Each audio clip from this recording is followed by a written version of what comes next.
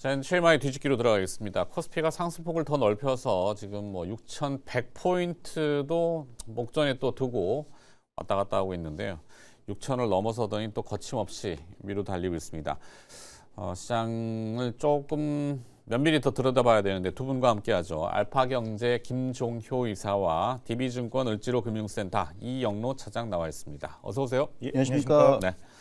자, 코스피 6,000포인트 오늘 뭐 하루 종일 도배라고 말씀드렸는데 이제 시가총액 기준으로 5,000조 원을 넘어섰다 그래요.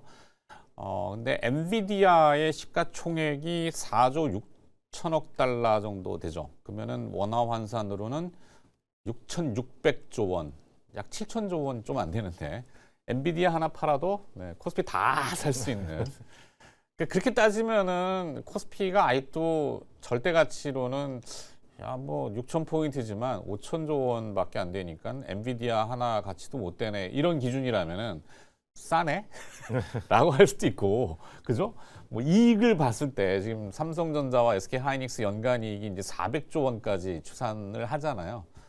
뭐 그런 의미로 보면은 뭐 그냥 6,000이구나. 7,000, 8,000 막 계속 불러대는 IB들에 대해서 그래서 이상한 거 아니야 라고 할 수도 없는 것 같은데 어떻게 보세요? 근데 따지고 보면 이거 상점벽해 아닌가요? 불과 한 15년, 20년 전에 미국 기업이랑 비교도 못하고 NTT 도코모 하나랑 비교했을 때도 그 시총이 얼마 안 되던 게 코스피였다는 걸 생각해 보면 이건 뭐 저는 뭐 상점벽해라고 생각하고요. 변했죠, 세상에. 네, 그 다음에 최근에 이제 이익 추정치 삼성전자하고 하이닉스의 이익 추정치 EPS 이제 그 예상을 보시면. 저는 그런 그림 처음 봤거든요. 네. 그러니까 최근 거를 이렇게 찍히면서 기간별로 이렇게 이익 추정치가 변해가는 게 보이는데 보통 이렇게 선이 가잖아요. 네. 근데 선이 이렇게 올라가더라고요. 수직으로. 그러니까 수직으로 올라가는 것 자체가 기존의 이제 추정치를 계속 높였는데도 그게 더 넘어서는 실적이 나올 것 같으니까 이제는 그 위로 계속 뛰고 있는 상황인 거죠. 물론 분명히 이제 언젠가 오버런이 나올 것으로 보이지만 그러니까 그 얘기는 무슨 얘기냐면 두 기업의 지금 이익의 합이 코스피 전체 이익의 합의 60%가 넘는데 그게 그렇게 수직으로 뛴다는 얘기는 PR은 주가가 뛴에도 불구하고 떨어지고 있다. 네. 이걸 의미하고 있는 거죠. 그러게요. 그래서 지금 현재 시장의 상승은 용인이 되는데 거기에 오늘 또 현대차 그룹이 뛰어들고 있다. 네. 뭐 순서가 없는 거죠. 그러니까 예전에는 이제 정서적인 인디게이터 측정으로 뭐 자주 표현해드렸지만 주식 시장이 이제 광기를 넘어서 광분하고 과열이 치달을 때 보통 그 나오는 게 이제 객장에 뭐 아기 업은 아주 애엄마, 그 다음에 이제 스님이다. 그리고 또 뭐 소 끌고 오는 농부, 유모차 끌고 그러니까 그런 거를 이제 우스갯소리로 측정. 야, 이거 너무 과열이다라고 하는. 요즘은 다 디지털이기 때문에. 맘카페를 기준으로 뭘 할 수도 없는 거고 이게 과열인지 아닌지에 대한 논란은 있을 수 있는데 모르겠거든요. 그런 건 어떻게 해요? 글로벌 시장에서 한국을 바라보는 시선 부분이 이제 많이 바뀌었다라는 바뀐 거. 건 예, 있어요. 이게 가장 좀 중요한 부분인 것 같고요. SK 하이닉스 어떻게 사야 돼라고 외국인도 그렇죠. 물어보더라고요. 삼성전자나 SK 하이닉스나 이런 쪽에 대해서 외국 쪽에서 한국 시장에서 이게 주가를 직접적으로 사고 싶은데 이런 부분들이 원활하지 않으니까 이거에 대한 수요는 분명히 있는데 그래서 미국 쪽에서도 지금 뭐 ETF 같은 경우 뭐 이제 한국 쪽에 투자하는 펀드를 런칭을 했는데 그게 하루 만에 그냥 다 목표를 다 채우는 이런 부분들로 나오고 있는 거. 그 자금이 이제 해서 설정돼 가지고 들어오게 되면은 하게 되면은 결국은 한국의 대표적인 삼성전자나 하이닉스에 대한 자금이 끊임없이 들어오는 부분들이고요. 그리고 기존에는 삼성전자 하이닉스에 대한 주가는 제품의 단가의 가격 차이가 별로 안 났었어요. 그리고 이제 캐파를 늘리냐 이 부분에 대해서 캐파를 늘려가지고 매출액을 늘리는 부분들이었는데 지금은 단가 자체가 올라가니까 그 캐파를 늘리는 투자 비용보다는 어쨌든 단가가 올라가가지고 매출액이 올라가고 영업이익들이 폭증하는 부분들로 나오는 부분들이기 때문에 지금 현재 주가가 뭐 과열됐다 뭐 이런 부분들보다는 그 적정한 수준으로 이제 가고 있다. 우리가 경험해보지 못했기 때문에 두려울 뿐이지 글로벌 시장에서 보게 되면은 적정 주가로 향해서 나가고 있다라고 좀 저는 보여지고 있는 겁니다. 거기에 또 4월로 예정되어 있는 이제 월드 거버먼트 본드 인덱스 세계 채권 지수에 우리나라가 또 편입이 되면은 물론 그게 이제 주식 자금으로 연결될지는 아직 명확치는 않는데 뭐 선제적으로 원화에 투자하는 자금들을 기대해 보는 것도 분명히 있는 것 같긴 해요. 근데 아직은 자금이 포착은 안 되고 그러면 이제 환율이 조금 더 하향 안정화가 더 될 거고 뭐 주식 시장의 밸류도 조금 다시 산정이 될 수도 있겠죠. 자, 그거는 그때 가서 봐야 되는 거고 오늘은 또 이벤트가 트럼프 대통령이 이제 현지 시각, 동부 시각으로는 저녁 9시 또 저녁에 이걸 하시는지 모르겠는데 지금 이제 시작을 했겠죠. 국정연설 회의장에 입장을 했고 뭐 연설을 할 겁니다. 그러면 우리가 예상하는 바 이제 우리 시각으로는 오전 11시부터 이제 시작이 됐어요. 사실 대충 예상하는 건 한 1시간 정도는 자화자찬 하시겠죠. 하고 그다음에 이제 뭔가를 얘기하는데 제일 우리가 이제 주목하는 거는 관세 이슈 있잖아요. 그 슈퍼 301조 지금 무역법 122조는 그렇다 치고 슈퍼 301조가 쿠팡과 연관이 또 된다라면은 우리한테는 좀 껄끄러울 수도 있거든요. 그러니까 그거에 대해서는 김종인 기자님 파악하는 게 혹시 있을까요?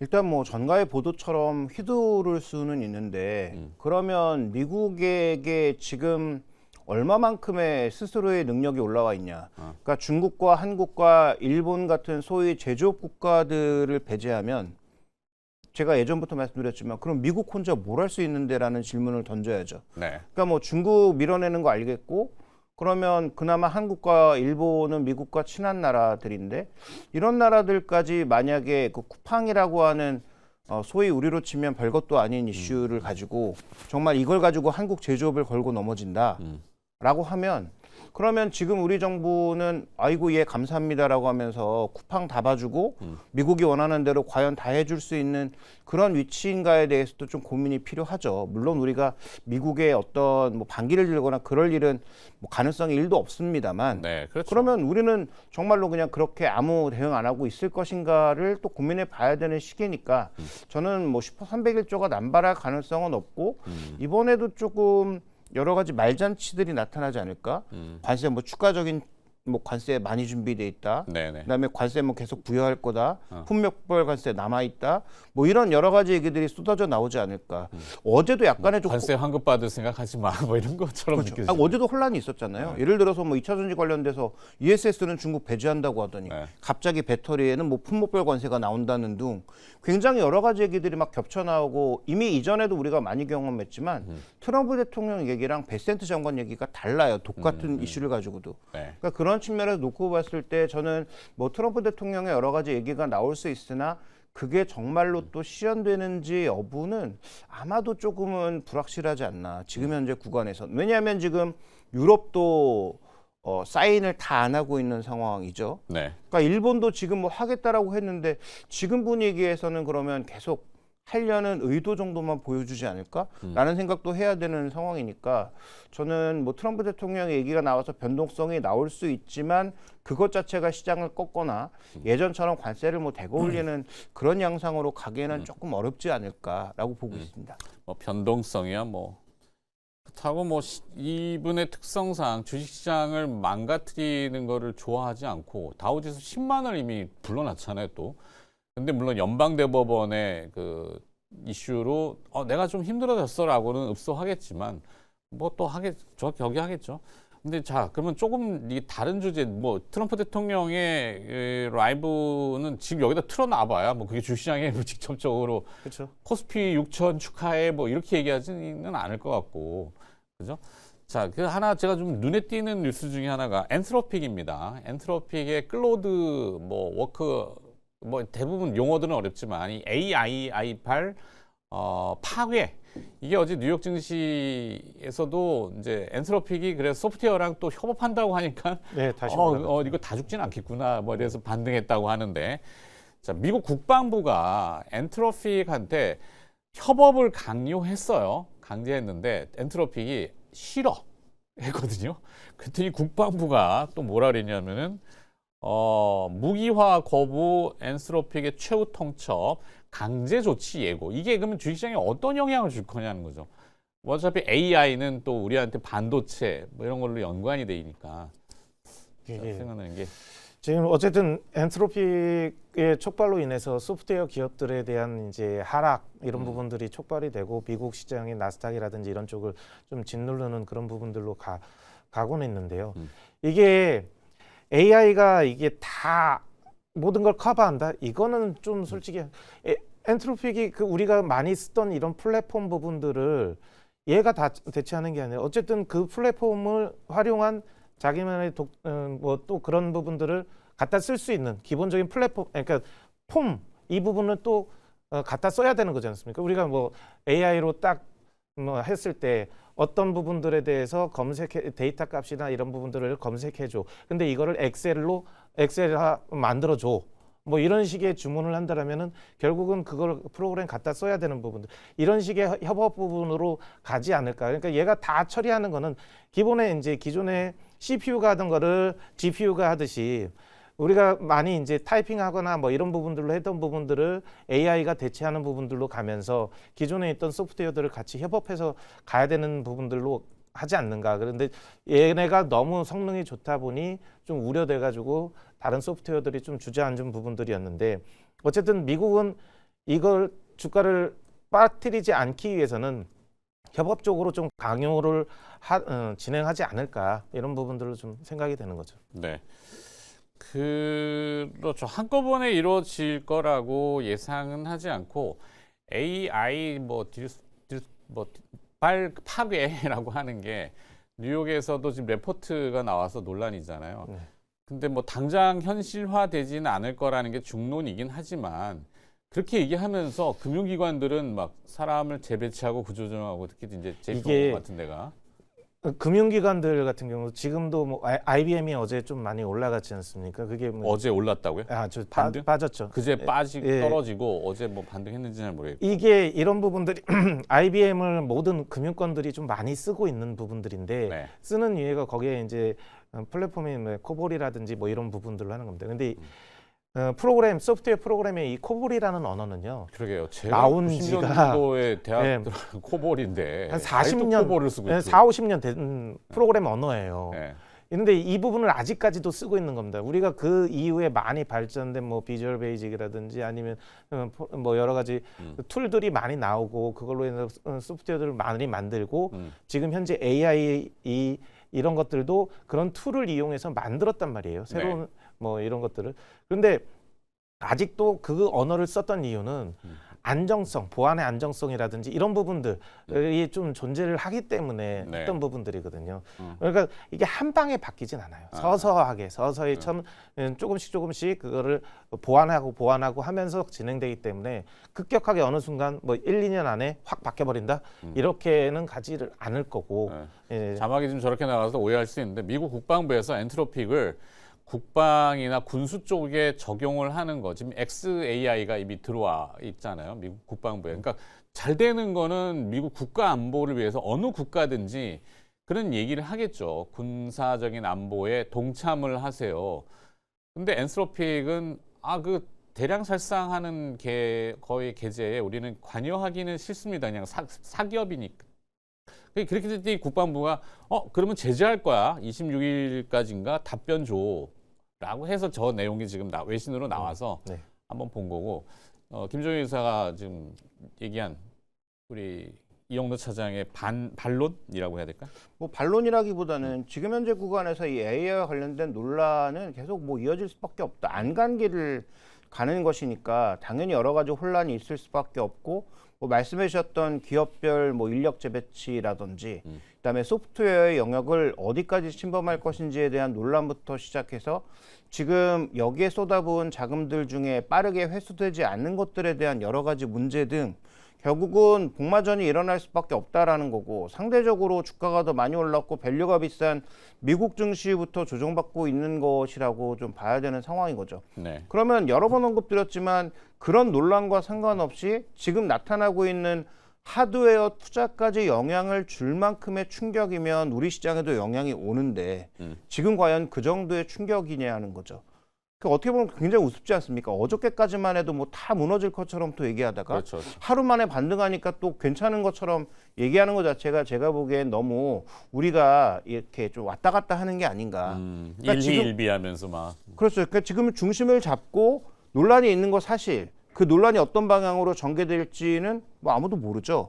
다만 중요한 것은 그 논란 자체가 지금 하드웨어 투자까지 영향을 주고 있는가를 보면 지금은 그렇지 않고 그 결과물이 결국은 아직 삼성전자와 하이닉스의 하늘 끝을 모르는 이익 상승으로 나타나고 있는 구간이니까 지금 여기에 대해서 경계는 하되 여전히 종목에 대한 투자 관점에 있어서는 별로 바꿀 만한 게 없다. 저는 뭐 그렇게 보고 있습니다. 추가적으로 좀 말씀을 드리자면은 엔트로픽이라는 이쪽 AI가 이제 발전이 됐어요. 그런데 결국 얘도 우리가 만든 컴퓨터 안의 세상이지 않습니까?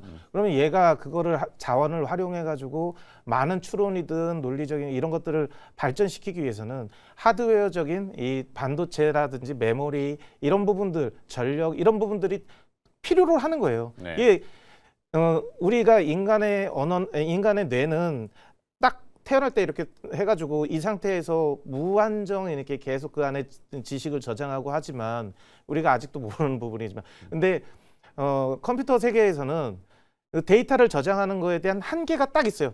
칩 하나에 어느 정도의 데이터 용량을 저장할 수 있는 게 딱 있지 않습니까? 네. 그러면 이 많은 지식들이 쌓이면은 그런 칩이 계속 늘어나야 되는 부분들. 그 다음에 인간의 수명은 뭐 7, 80년, 90년, 100년 이렇게 가면 100년에 한 번 바꿔주는 개념이지 않습니까? 그런데 컴퓨터는 3년, 5년 안에 이게 수명이 다해요. 그러면 또 그걸 바꿔줘야 되는 수요. 이런 부분들이 있기 때문에 삼성전자나 하이닉스에 대한 이쪽 메모리나 이런 부분들에 대해서 누군가 새롭게 다 치고 나와서 충분히 공급을 가능한 시장이 되지 않는 한 그 전까지는 삼성전자나 하이닉스에 대한 영업이익 구조나 이런 부분들에 대해서는 꾸준할 것 같다. 좀 생각이 드는 거죠. 자, 그러면 문제는 삼성전자, SK하이닉스, 뭐 현대차는 이건 뭐 나쁘지는 않지만 이게 고루고루 확산되느냐잖아요. 분배 문제를 항상 얘기하는데 집중되고 양극화라는 것에 대한 성장에 이제 정부의 고민도 있고 그러면 그런 의미에서 주가도 사실은 이익을 공유하고 분배가 되면은 같이 반응을 하죠. 소부장 얘기일 수도 있고 뭐 더 나아가서는 다른 산업으로도 또 파급도 있을 수 있겠지만 일단은 직접적으로는 소부장 뭐 매번 여쭤봤던 거긴 한데. 네, 뭐 소부장은 뭐 종목을 여기서 여러 번 말씀드렸는데 이제 소부장은 저는 이 가격에는 공격적으로 사기는 어렵다는 말씀을 여러 번 드렸고 그래서 산다면 저는 뭐 지금도 여전히 하이닉스나 삼성전자가 낫다라고 보고 있고 다만 핵심은 여기서 이제 목표 수익률은 작년에 싸게 사셨던 분들과 비교해서는 많이 낮춰야 된다. 지금 이 정도 가격까지 왔으면 저는 지금부터 목표 수익률은 20% 이내로 낮춰야 된다라고 보거든요. 그러니까 그 정도의 수익도 나는 만족할 거야라고 보시면 그런 종목을 사셔도 되는 거고. 근데 희한한 게 SK하이닉스나 삼성전자나 그 이익을 아까 말씀하신 대로 수직으로 지금 예측하는 게 올라가는데 왜 소부장이나 뭐 이쪽은 영향이 전혀 별로 안 받는지. 그렇지 않은데요. 최근에 뭐 종목들 중에 그러면 신고가는 이익을 가치 추정을 올리면은 주가도 조금 리밸런싱 하는 거를 해야 되는 거 아닌가? 근데 뭐 아시는 것처럼 지금 시설 투자가 그만큼 안 나오니까요. 그러니까 P4는 이미 다 했던 것을 접었다가 다시 재개하는 거고 지금 신규 공장 따지고 보면 테일러 공장에 일부 장비 들어가는 거라 그다음에 지금 P5를 새롭게 만드는 거 이거 외에 증가한 게 없잖아요. 그다음에 하이닉스 지금 뭐 청주 15X 한다고 하지만 거기도 추가적인 증분이 그렇게 많지가 않아요. 뭐 투자는 계속 뭐 30조 얼마 한다고 하는데 지금 신규 공장과 관련된 그 흐름이 없기 때문에 그러면 가동률 증가와 관련된 일정 부분의 종목군들에는 당연히 수혜가 있겠지만 실제로 신규 설비 투자를 통해서 대량의 장비가 공급되고 있다는 증거가 아직은 나오지 않았으니까 소부장은 그 기대감으로 주가가 좀 먼저 움직인 측면이 있어서 아마도 약간 그런 차이가 존재하는 게 아닌가 싶고 또 하나는 지금은 ETF를 얘기하지 않을 수가 없는 거죠. 그러니까 이 반도체 워낙 좋으니까 반도체 ETF로 종목 고르기 어려워서 들어온 자금이 패시브로 분배를 하면 결국은 삼성전자, 하이닉스 가장 많이 사겠지만 그 밑에 있는 다른 종목군들도 사야 되니까 그런 수급 요인으로 올라가는 부분도 있어서 저는 다 좋은데 다만 소부장과 관련돼서는 지금 약간 밸류 기준으로는 부담스러운 종목군들이 있으니까 그걸 지금 막 공격적으로 사기에는 조금 늦지 않았을까라는 시각을 말씀드립니다. 선택 취사가 좀 더 필요하다 밑에 있다는. 뭐. 일단은 저는 일단 소부장 이런 것들도 좋지만 아까도 말씀드린 시장 전체 주가가 6,000P에서 뭐 7,000P 이렇게 계속 올라갈 수 있는 삼성전자랑 하이닉스가 주도적으로 끌고 가겠지만 네. 그 외 업종들 부분들도 이제 확산이 돼야 되는 부분들인데 대한민국 이 한국 전체가 놓고 보게 되면 전 세계에서 가장 제조업을 잘하는 국가이지 않나. 그렇게 되면은 이 부분에 대해서도 이제 전 세계에서 필요로 하는 물건들, 뭐 이제 뭐 자동차들도 있고 뭐 배들도 있고 하는 부분들, 뭐 방산 이런 부분들도 계속적으로 끊임없이 이쪽에서 수요가 좀 나오고 있고 영업이익 부분들이 개선되고 있는 부분들 이런 부분들로 있어가지고 저는 한동안 많이 쉬었던 이제 조선주 쪽도 다시 한번 좀 봐도 되는 거 아닌가. 근데 다만 이제 뭐 하나오션이나 HD 현대중공 얘네들도 좋지만 네. 중소형단 조선소들 왜냐면 기존에 잘 안 많이 못 올라왔거든요. 걔네들에 비해서. 뭐 있죠? 우리 뭐 대한조선이라든지 뭐 HJ중공업이라든지 뭐 HJ중공업. 예, HJ중공업을 저는 좀 좋게 보고 있고 예전에 김종인 이사가 한번 많이 얘기했던 한진중공업 옛날에 그죠? 옛날에 한진중공업 주가 한 지금 2배, 지금 한 6배 정도. 6배. 네. 근데 그게 뭐 그 6배라고 해봤자 한 지금 그 시가총액 전체적으로 봤을 때 봐야 되는 거고 워낙에 많이 빠져 있었고 그 불황 속에서 계속 적자가 누적됐던 기업이었기 때문에 중소조선사도 같이 봐야 된다. 예, 이런 그렇죠. 얘기를 하는 거죠. 예. 네, 오케이. 자, 그럼 뭐 시간 다 됐는데 마무리 김종인 이사가 제2의 LG전자 없어요. 제2의 LG전자. 뭐 그런 건 잘 모르겠고 아, 지금 자꾸 또 종목 찍어달라고 내가 그러는 것 같긴 한데 시청하시는 분들은 뭐 개괄적인 내용도 좋죠. 근데 어디나 다 지금 얘기할 거라면 6,000포인트가 어떻게 돼서 뭐 긴급 진단 뭐 나오고 안 봐도 비디오잖아요. 우리가 원하는 건 약간 세부적인 거 원하기 때문에. 그러니까 저는 뭐 그렇게 따지면 지금 시장에서 IT 자동차 너무 집중하고 있잖아요. 네네. 삼성전기도 뭐 너무 좋고 다 좋은데 그렇죠. 남들 안 보고 있는 쪽 중에서 최근에 주가가 많이 올라가는데 주목도는 좀 떨어지는 거. 지주사 같은 거 최근에 좀 봐야 되는데 아까 중소조선사 말씀하셨잖아요. 네네네. 저는 뭐 중소지주사. 지금 저 이거 왜 올라가는지 솔직히 잘은 모르겠어서 저도 좀 더 기업 내용을 파봐야 되긴 하겠지만 특이사항 있는 게 뭐예요? 현대백화점 지주사 현대백화점. 어저께 급등했고 오늘도 뭐 마이너스에서 갑자기 뭐 플러스로 돌아서고 있어요. 제가 네. 뭐 추천하는 거 아닙니다. 아, 그렇죠. 알죠. 현상을 말씀드리는 거예요. 네네. 그래서 이런 중소형 지주사들도 생각해 보면 KCC도 돌아보니까 40만 원대 제가 보고 안 봤는데 오늘 주가 63만 원이더라고요. 그러니까 이런 지주사들 중에 충분한 자산을 들고 있거나 지금 자사주 소각과 관련된 기대감이 좀 높아질 수 있는 기업들을 같이 좀 봐야 되지 않나 이제는. 그러니까 누구나 다 알고 있는 SK 뭐 그다음에 뭐 금융주 이런 거 물론 좋죠. 근데 이제 그 중에서도 조금 소외됐거나 상대적으로 뭔가 적용이 안 된 그런 종목군들도 한번 같이 좀 봐야 되지 않을까라고 좀 보고 있습니다. 알겠습니다. 여기까지 듣도록 하겠습니다. 자, 시장 얘기였고요. 그다음에 또 기업 얘기도 함께 나눠주신 두 분, DB증권 을지로 금융센터 이영로 차장과 알파경제 김종효 이사였습니다. 고맙습니다. 예, 감사합니다.